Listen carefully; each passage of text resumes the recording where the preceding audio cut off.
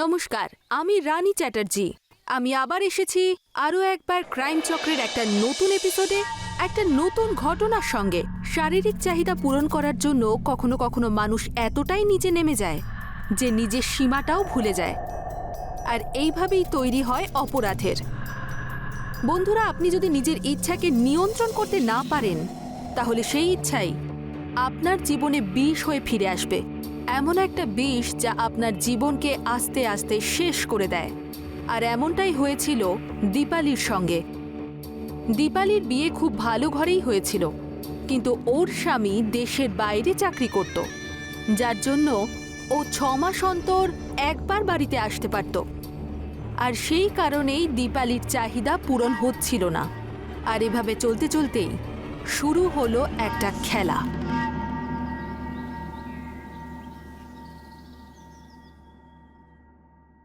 অক্ষয়, অক্ষয় শোনা, 11টা বেজে গেছে। ওঠ, হোস্টেলেও কি এতক্ষণ ধরে ঘুমোতিস নাকি? হ্যাঁ বল। এখন তুই বাড়িতে আছিস, হোস্টেলে নয়। তাড়াতাড়ি ওঠা শেখ। আর হ্যাঁ, স্নান করে রেডি হয়ে নে আর আমাকে মার্কেটে নিয়ে চল। মা, তুমি নিজে চলে যাও না। আরে 2 বছর ধরে তো একা একাই যাই। তোর বর্দা থাকলে আমাকে একা কিছুতেই ছাড়তো না, আর এখনো যখন দুবাই থেকে আসে তখন না বলাতেই আমাকে নিয়ে যায়। মা, তুমি সকাল সকাল ইমোশনাল ব্ল্যাকমেল করো না তো প্লিজ। তুমি চাটা দাও, বাইরে দাঁড়াও, আমি স্নান করে আসছি। আরে দীপালি,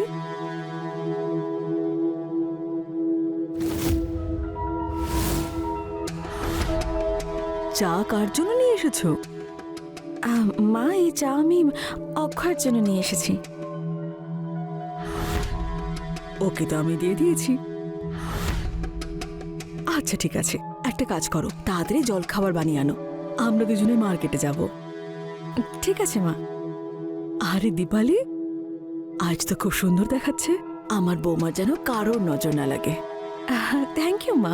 অক্ষয়, তাড়াতাড়ি রেডি হয়ে নিচে চলে আয় বাবা। আরে বাবা, তুমি না গেলে আমি রেডি হবটা কিভাবে? আচ্ছা, আমরা যাচ্ছি, তুই শিগগির আয়। ঠিক আছে।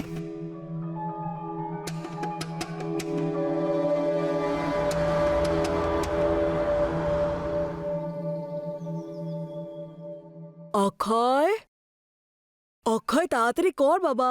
আসছি।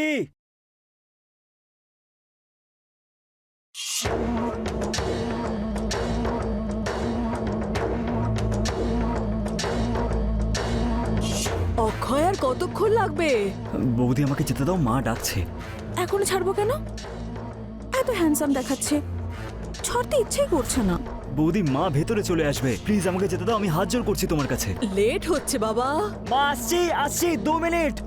দেখো প্লিজ, আমাকে যেতে দাও, মা ডাকছে, আমাকে যেতে দাও। আরে তারা কিসের এত? বৌদি, কি করছো তুমি? তুমি আমার বৌদি হও, এগুলো ঠিক না। ঠিক নয় মানে কি? হ্যাঁ, দেওরের সঙ্গে একটু মজা করার অধিকার তো বৌদির থাকেই, বলো। বৌদি, আরে এটা আর ঠিক হচ্ছে না কতক্ষণ বৌদি। লাগবে? বৌদি, মা ডাকছে। আচ্ছা বেশ, আগে আমাকে প্রমিস করো আমি যা বলবো তাই করবে। হ্যাঁ, বৌদি, যখন ডাকবো তখন আসবে। বৌদি, তোমার সব কথা আমি শুনবো, কিন্তু এখন আমাকে যেতে দাও।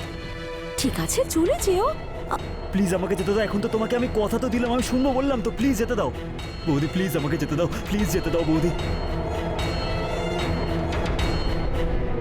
এত সহজে তোমাকে ছাড়বো না। জানি না কবে আসবে সেই রাত, যেদিন আমরা এক হয়ে যাব। দর্শ হয়েছে না আমার আর। দীপালির উপরে অক্ষয়ের ভূত চেপে বসেছিল, আর ও যে কোনো মূল্যে ওকে পেতে চেয়েছিল। ও নিজের শারীরিক চাহিদা মেটাতে চেয়েছিল, আর ও অক্ষয়ের থেকে সহজ শিকার আর কাউকে খুঁজে পায়নি। সেই জন্য ও অক্ষয়ের দিকে সব সময় ছুটে যেত আর ওকে ব্ল্যাকমেল করতে থাকতো।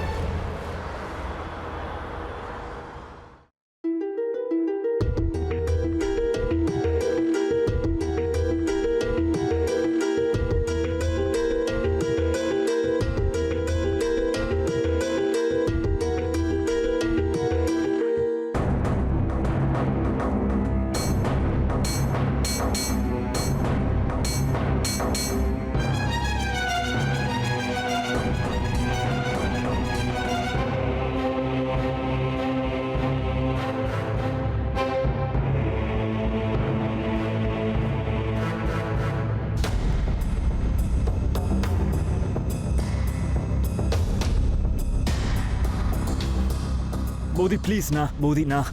কি প্লিজ, তুমি তোমার কাজ করো না, আমি আমার কাজ করছি।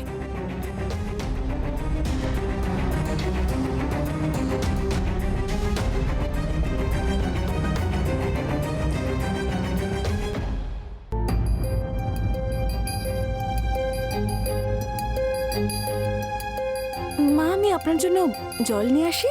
হ্যাঁ মা, এক গ্লাস জল নিয়ে এসো আর এক কাপ চাও করে আনো। ঠিক আছে মা। আচ্ছা মা শোনো, বলুন।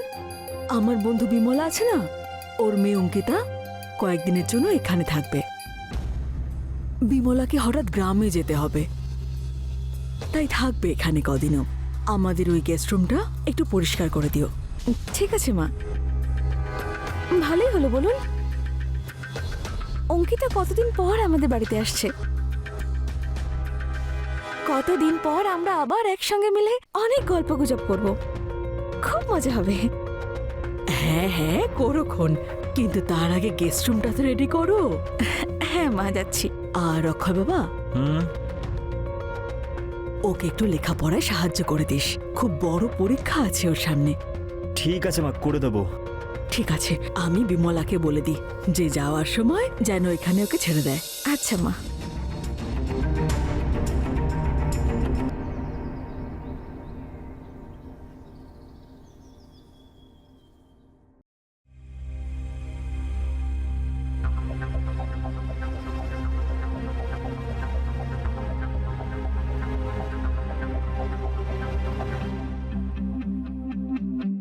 অক্ষয়, অক্ষয়,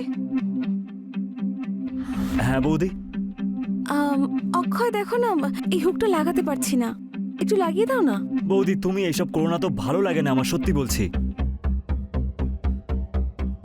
প্লিজ আটকে দাও না। না বৌদি, এইসব এইসব আমি করতে পারি না। পারো না মানে কি শুনি? হ্যাঁ, পারতেই হবে তোমাকে। আর ভুলো না, তুমি কিন্তু প্রমিস করেছিলে আমি যা বলবো তুমি তাই করবে।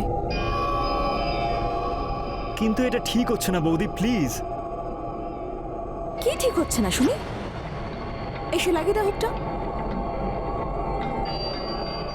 তুমি তোমার চুলটা সরাও না। বেশ রোমান্টিক হচ্ছে যে অক্ষয়। বৌদি কোথা থেকে ধরবো সেই জন্যই বলছিলাম তোমাকে। বৌদি আটকাচ্ছে না এটা, আমি পারবো না বৌদি। তুমি একটা হুকও লাগাতে পারো না, তাহলে ভালোবাসবে কি করে অক্ষয়? বৌদি আমি তোমার দেওর স্বামী নই। এটা ভেবেই তো আফসোস হয় আমার যে তুমি আমার স্বামী নও। বৌদি আমার আমার অনেক কাজ আছে, আমাকে যেতে দাও। বৌদি কি করছো? বৌদি প্লিজ না, বৌদি না। বৌদি, অক্ষয়, বৌদি প্লিজ আমাকে যেতে দাও। বৌদি ছাড়ো। কতদিন পালাবে অক্ষয়? একদিন না একদিন তো আমার কাছে তোমায় আসতেই হবে। সেই রাত একদিন না একদিন তো আসবেই।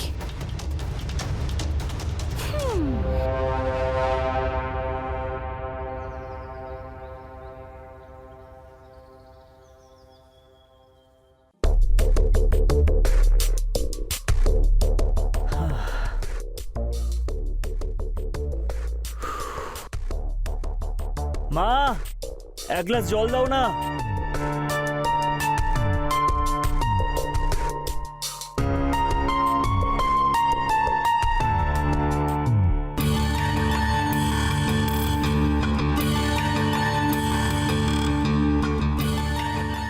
তুমি কে? তুমি আমাকে চিনতে পারছো না? না। তাহলে তুমি আমার ভালো বন্ধু হতেই পারো না। বন্ধু? হ্যাঁ, ছোটবেলার বন্ধু আমি আর তুমি। আমি কিছু বুঝতে পারলাম না। আরে বাবা, আমি অঙ্কিতা, তোমার যে বিমলা আন্টি তার মেয়ে, আর তোমার ছোটবেলার বন্ধু। আচ্ছা তুমি অঙ্কিতা? হ্যাঁ। সরি, আমি তোমাকে চিনতে পারিনি। কি করে চিনতে পারবে? আমাদের খুব ছোটবেলায় দেখা হয়েছিল, আর তারপর এই এখন দেখা হচ্ছে। আর তোমার মনে আছে ছোটবেলায় আমরা একসঙ্গে খেলতাম, কি মজা করতাম আমরা, তাই না? হ্যাঁ সত্যি খুব আনন্দ হতো। তুমি এখানে কিভাবে? তুমি কি কিছুদিন এখানে থাকবে? হ্যাঁ, তুমি জানো আমার এক্সাম শেষ হওয়া পর্যন্ত এখানেই থাকবো, আর আমার পড়াশোনায় তোমাকে সাহায্য করতে হবে। আর যদি তুমি সেটা না করেছো না, তাহলে তোমার নামে নালিশ আন্টির কাছে করব। আরে আমি কি পাগল নাকি যে তোমার কথা অগ্রাহ্য করব? একদম তোমাকে হেল্প করব। Good boy. আচ্ছা শোনো, এখানে তোমার রুম কোথায়? হ্যাঁ চলো, আমি তোমাকে আমার রুমটা দেখাচ্ছি। ঠিক আছে, চলো।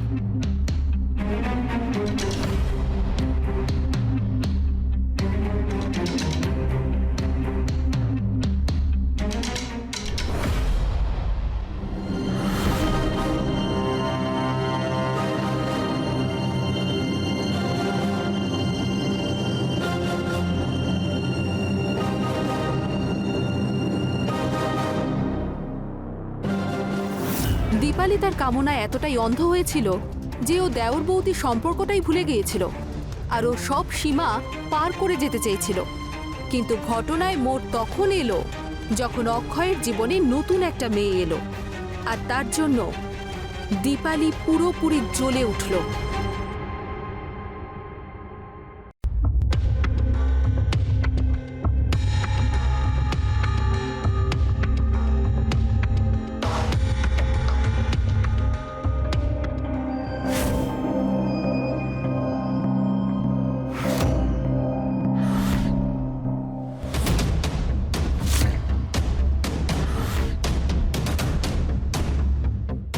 আরে অঙ্কিতা, দাঁড়িয়ে আছো কেন? বসো।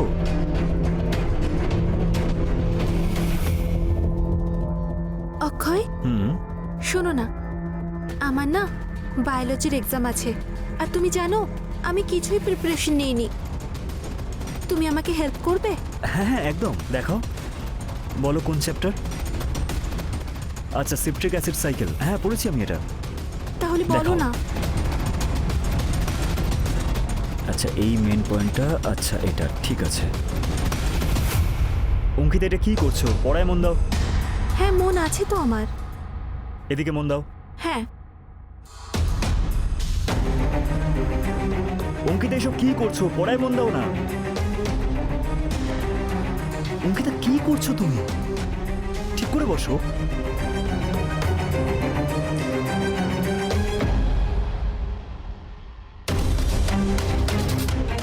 অঙ্কিতা, এসব কি করছো তুমি? অক্ষয়, আমি তোমাকে খুব পছন্দ করি, আর তুমি জানো ছোটবেলা থেকেই আমি তোমাকে ভালোবাসি। কিন্তু ভালোবাসা প্রকাশের সময় আমি আজ পেলাম। তুমি কি সত্যি আমাকে ভালোবাসো? হ্যাঁ অক্ষয়, আমি সত্যি তোমাকে খুব ভালোবাসি। তুমি জানো, আমি যখন তোমাকে প্রথমবার বাইরে দেখেছিলাম, হ্যাঁ। তখনই তোমাকে ভালোবেসে ফেলেছিলাম, কিন্তু কখনো বলতে পারিনি। কেন অক্ষয়? জানি না কেন। ঠিক আছে, এখন তার কোনো প্রবলেম নেই। না,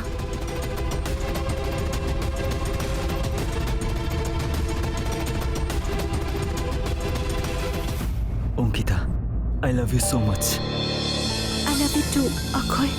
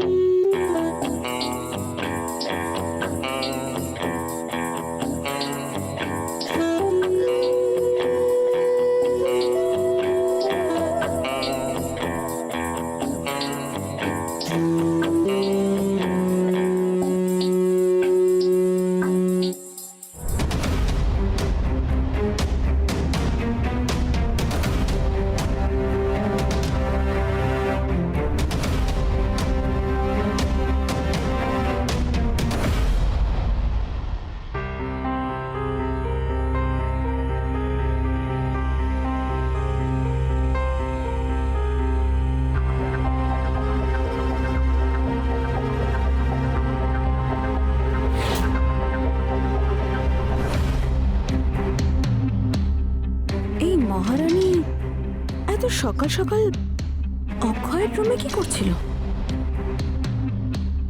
তার মানে এই দুজনের মধ্যে কিছু না কিছু তো চলছে। দেখতে হচ্ছে আমায়।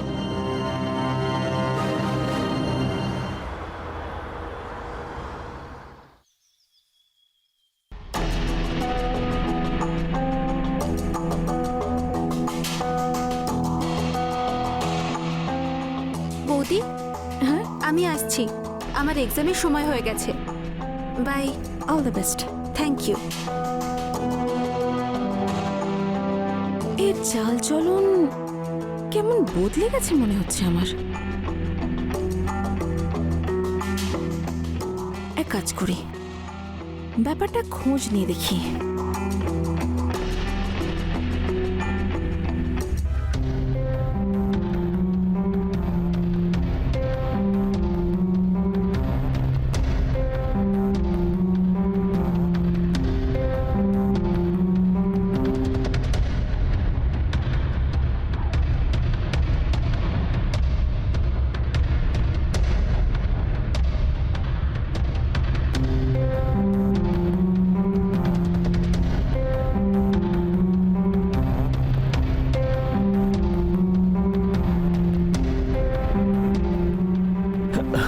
বৌদি তুমি এটা কি করছো? বৌদি কি করছো তুমি? আজ আমি তোমাকে ছাড়বো না অক্ষয়, আজ তোমাকে নিজের করেই ছাড়বো আমি। বৌদি এটা ঠিক না। কি ঠিক কি ভুল তো সবসময় আমি কেন ভাববো অক্ষয়? তুমি ভাবো না, তোমার দাদা সেই কবে গেছে। আমারও তো প্রয়োজন বলে কিছু আছে। আর সত্যি বলতে, যখন আমি তোমায় দেখি আমার সারা শরীরে আগুন ধরে যায়। অক্ষয় প্লিজ, আজই আগুন তুমি নিভিয়ে দাও। না না বৌদি এটা ঠিক না, তুমি বৌদি হও আমার। তাতে কি হয়েছে? বৌদি দেখো, শ্শ্।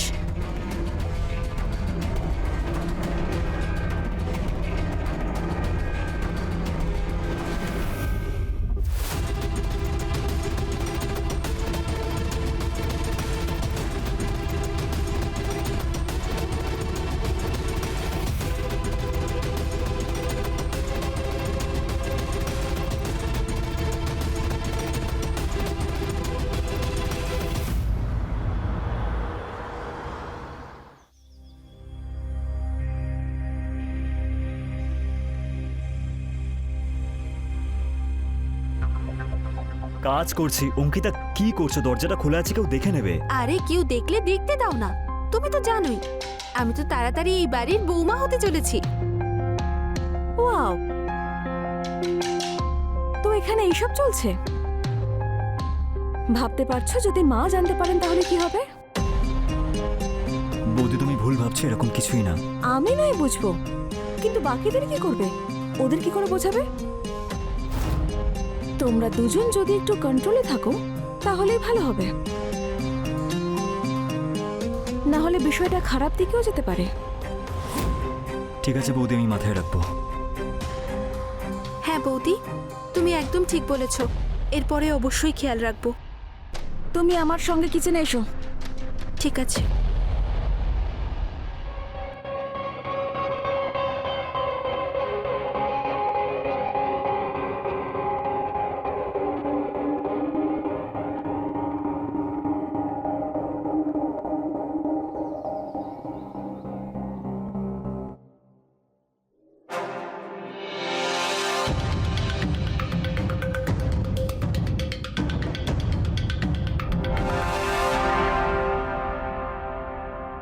তুমি এখানে একা একা বসে কি করছো?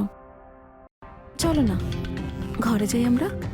বৌদি এসব কি করছো? আমি কাজ করছি বৌদি, আর ওই দিন যা হয়েছিল সেটা ভুল করে হয়ে গেছে। আচ্ছা, সেটা যদি ভুল হয় তাহলে যেটা তুমি অঙ্কিতার সঙ্গে করছো সেটা কি?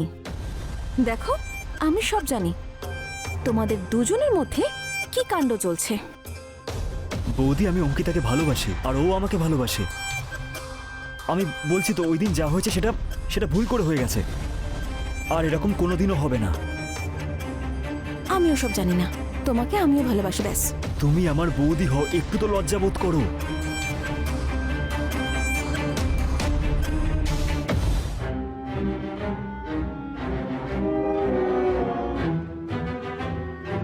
বৌদি সত্যি বলছি, বৌদি বৌদি তুমি।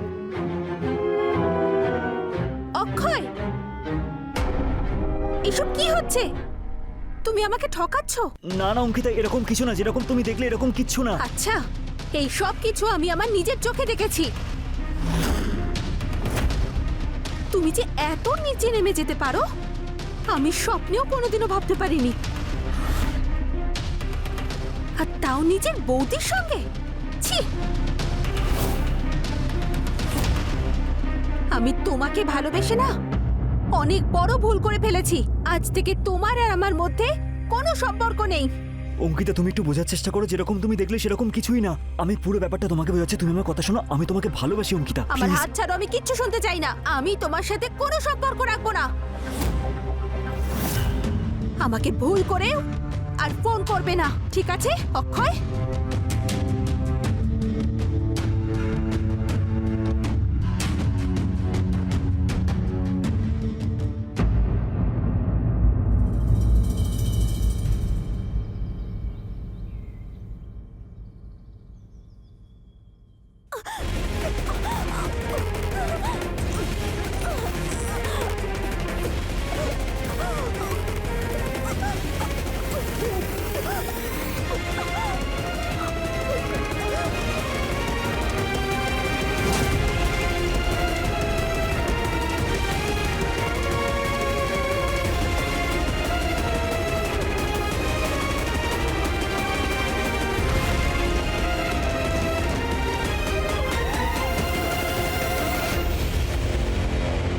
তাহলে দেখলেন তো আপনারা, দীপালি নিজের শারীরিক চাহিদা মেটানোর জন্য এতটাই নিচে নেমে গেছিল যে নিজের দেওরের সাথেই ও শারীরিক সম্পর্ক তৈরি করেছিল আর ওকে ব্ল্যাকমেলও করছিল। যার পরিণাম এটাই হলো যে অক্ষয়কে বাধ্য হয়েই একটা অপরাধ করতে হলো, আর অক্ষয় দীপালিকে হত্যা করলো।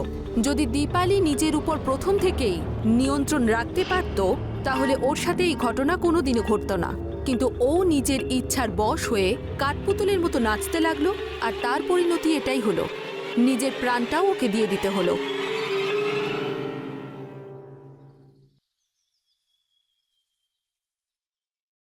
বৌমা, দীপালি, বৌমা ওঠো না। অক্ষয়, অক্ষয়, অক্ষয়, দেখ তোর বৌদির কি হলো। দীপালি, অঙ্কিতা, তুই করেছিস না? হ্যাঁ, কি ক্ষতি করেছিল তোর? কেন মারলি তুই দীপালিকে? আমাকে ফোন করে সব বলে দিয়েছিল। তোর আর অক্ষয়ের মধ্যে কি চলছিল? দীপালি এটা বুঝতে পারার পর তুই ওকে মেরে ফেললি। কেন করলি এটা বল? মা, অঙ্কিতা কিচ্ছু করেনি। তুমি ওকে এভাবে দোষারোপ করো না। ও খুন করেনি মা। এখন তুই ওর হয়ে কথা বলছিস? ও মারেনি তো কে মেরেছে শুনি? মা, ওকে আমি মেরেছি।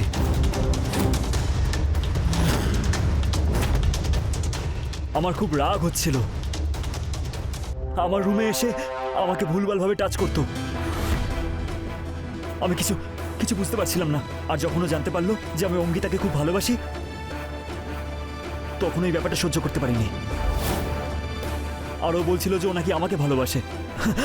দাদাকে ডিভোর্স দিয়ে আমাকে বিয়ে করবে নাকি বলছে। মা, আমাকে ক্ষমা করে দাও, আমি কিচ্ছু বুঝতে পারছিলাম না। ও আমাকে ব্ল্যাকমেল করতো, খারাপ খারাপ জিনিস করতে বলতো। মা, আমাকে ক্ষমা করে দাও, আমার ওকে মারতেই হলো।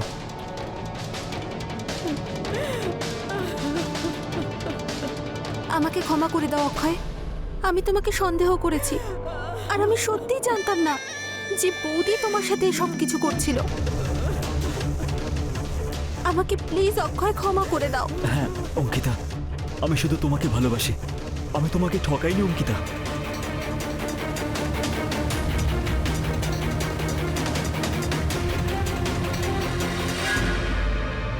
বন্ধুরা, সবসময় মনে রাখবেন, আমাদের ইচ্ছা যেন আমাদের নিয়ন্ত্রণের মধ্যে থাকে, আমরা যেন ইচ্ছার দ্বারা নিয়ন্ত্রিত না হই।